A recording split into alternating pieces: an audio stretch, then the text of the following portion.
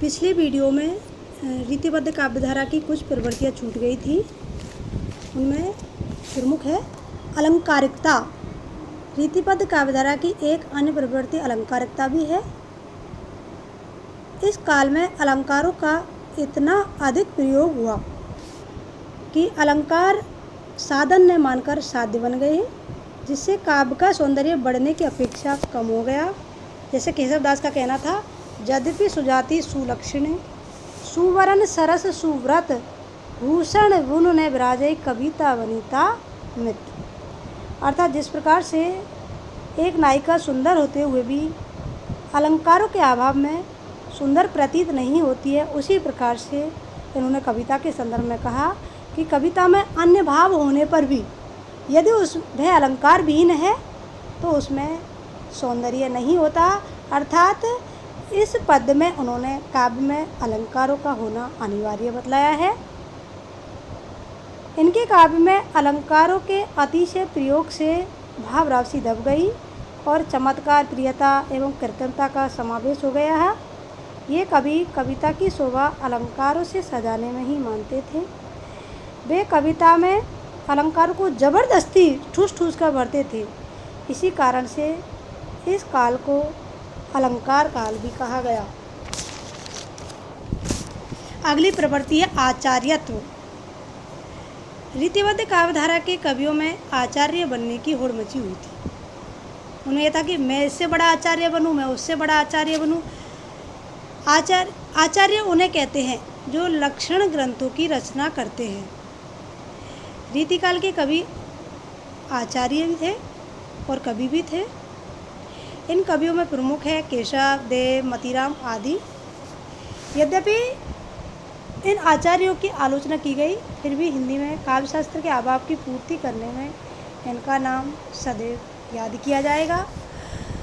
अगली प्रवृत्ति है जीवन दर्शन। इस काव्यधारा के कवियों का मुख्य उद्देश्य था जीवन और यौवन के रमणीय स्वरूप का उद्घाटन करना। इनका जीवन दर्शन रूढ़िबद्ध और आंतरिक है। इनमें कई आध्यात्मिकता के दर्शन भी हो जाते हैं और श्री कृष्ण को उन्होंने प्रमुख माना है, जो परंपरागत संस्कार वश ही आया है। इस प्रकार इनका जीवन दर्शन सीमित कटघरे में ही बंद है, संकुचित है। नारी के प्रति भी इनका जो दृष्टिकोण था वह अच्छा नहीं था। तो हमारे जीवन में जो मूल्य होने चाहिए, जो वास्तविकताएं होनी चाहिए, उन मूल्यों का इस काल के कवियों में पूर्णतः अभाव है। इस काव्यधारा की अगली प्रवृत्ति है आश्रयदाता की प्रशंसा। आदिकालीन कवियों की भांति रीतिकाल के रीतिबद्ध कवि अधिकांशतः किसी राजा के आश्रय में ही रहते थे। देव, भूषण, मतीराम, केशव, चिंतामणि आदि सभी किसी न किसी राजा के आश्रय में रहते थे। इसलिए इन आश्रय देने वाले की प्रशंसा करना इन कवियों की मजबूरी थी। जैसे देव ने अपने आश्रयदाता भवानी विलास की प्रशंसा में भवानी विलास लिखा। केशवदास ने जहांगीर की प्रशंसा में जहांगीर जसचंद्रिका और वीर रस ओतप्रोत कवि भूषण ने शिवाजी की प्रशंसा में शिवा वामनी और छत्रसाल की प्रशंसा में छत्रसाल दशक की रचना की। जैसे भूषण का एक उदाहरण है जो शिवाजी के लिए है, जिन्होंने हमारे हिंदुओं की रक्षा की थी।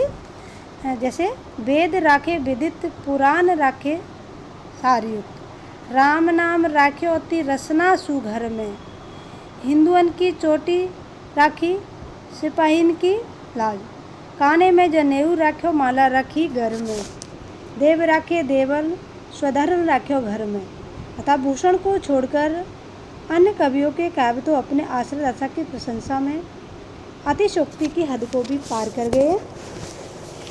इस युग की जो एक अन्यतम विशेषता थी वह थी नायक नायिका भेद। रीतिबद्ध कवियों के काव्य में नायक नायिका के भेदों की भरमार है। इन्होंने नायक के वर्गीकरण में उतनी रुचि नहीं दिखाई जितनी नायिका के वर्गीकरण में। देव, मतीराम, पद्माकर आदि ने विस्तार के साथ नायिका के भेद बतलाए। इन नायिका के भेदों में प्रमुख है जातीय आधार पर, कर्म के आधार पर, प्रेम के अनुसार, मान के अनुसार, प्रकृति के अनुसार, काल के अनुसार, दशा के अनुसार आदि। नायक नायिका भेद की अधिकता के कारण ही इस युग का जो साहित्य है वह रसहीन हो गया है। इस युग की जो अगली प्रवृत्ति है वह है भक्ति भावना का पुट। रीतिबद्ध काव्य धारा के कवियों ने भक्ति भावना का पुट भी था। उनकी श्रृंगारिकता के साथ साथ भक्ति भी, क्षीण धारा भी उनके काव्य में प्रवाहित हुई। राधा और कृष्ण की स्तुति पद्माकर, देव, मतीराम आदि सभी कवियों ने की है। इनके अतिरिक्त शिव, गणेश, सरस्वती आदि की स्तुति भी इन्होंने अपने काव्य में की है। भिखारी दास ने रीतिकालीन कवियों द्वारा राधा कृष्ण के बहाने के रूप में ही वर्णन विषय अपनाया है। उनका संकेत है कि रीजी है सुकवि, जो तो मानो कविता ही है, ने तो राधिका कहानी के सुमरन को भाईनो ही है। अगली प्रवृत्ति है प्रकृति का चित्रण। इस काल के जो रीतिबद्ध कवि हैं उन्होंने प्रकृति का उद्दीपन रूपी अधिक चित्रित किया है। आलम रूप में प्रकृति का बहुत कम है। परंपरागत रूप में षड ऋतु वर्णन, 12 मासा का चित्रण भी उपलब्ध होता है, लेकिन उसमें मौलिकता का अभाव है। अगली जो प्रवृत्ति है वह इनकी है अतिशोक्तिपूर्ण वर्णन।